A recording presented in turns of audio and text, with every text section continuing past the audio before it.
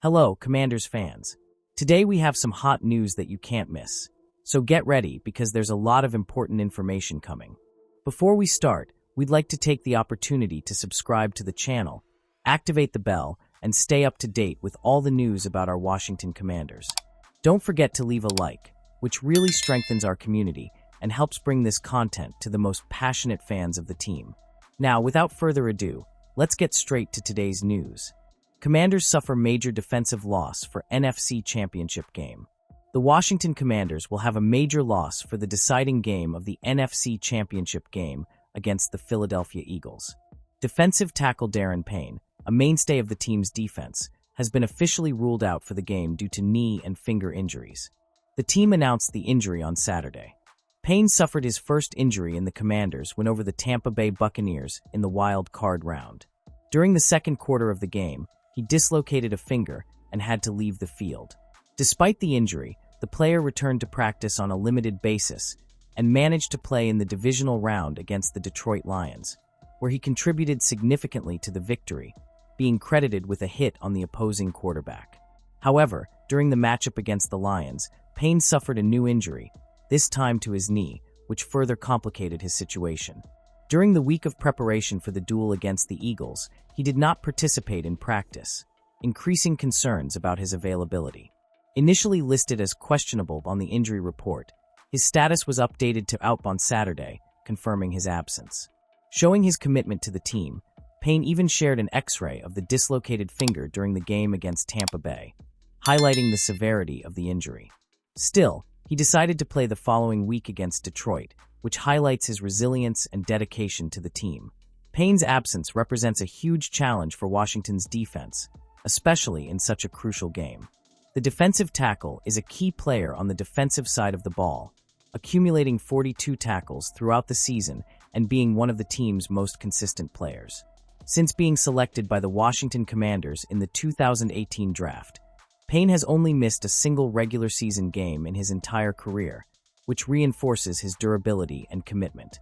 Should the Commanders be able to overcome the Eagles and secure a spot in the Super Bowl, Payne will have an additional 2 weeks to recover and possibly return for the most important game of the season.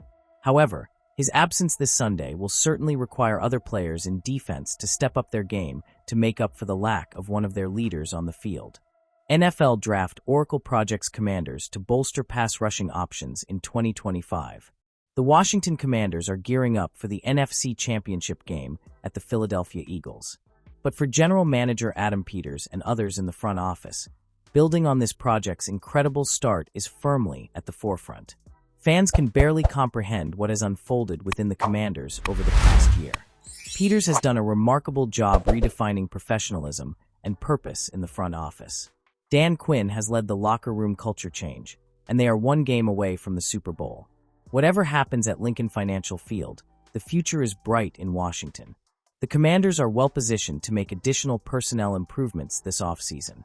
Peters has nearly $100 million in salary cap space at his disposal, and Washington is an attractive destination once again. They also have 7 draft picks to bolster starting positions or improve depth. Washington is picking lower in the pecking order than most, which is an unusual feeling. However, fans can relax safe in the knowledge that they have a shrewd talent evaluator and draft board manipulator in Peters leading the charge.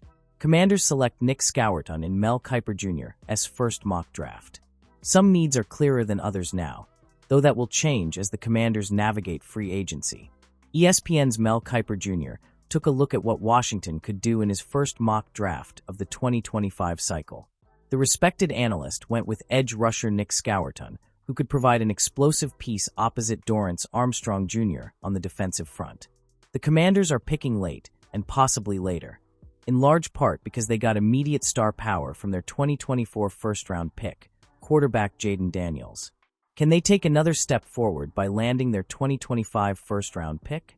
Scourton plays with power, and while he could get to the quarterback as a pass rusher, 5 sacks, I really like this fit because of his run defense. Washington was chewed up for 4.8 yards allowed per carry this season, 28th in the league. But Scourton has the strength to set an edge against the run, and he finished the season with 14 tackles for loss and 11 run stops. Mel Kiper Jr. Adding pass rushing options to the team wouldn't be the worst idea in the world. The Commanders are low enough in the order to make their first-round pick expandable if Peters wants to pursue a big name with proven production on the trade market. If not, then this is a deep class of defensive linemen emerging from the college ranks. Scourton has an NFL-ready physique and the production to match. The Texas A&M prospect could line up on the edge or as a 3 technique on the interior, depending on the situation. He sets the point well against the run, displaying solid hand positioning and play recognition before quickly approaching the point of contact with relentless aggression.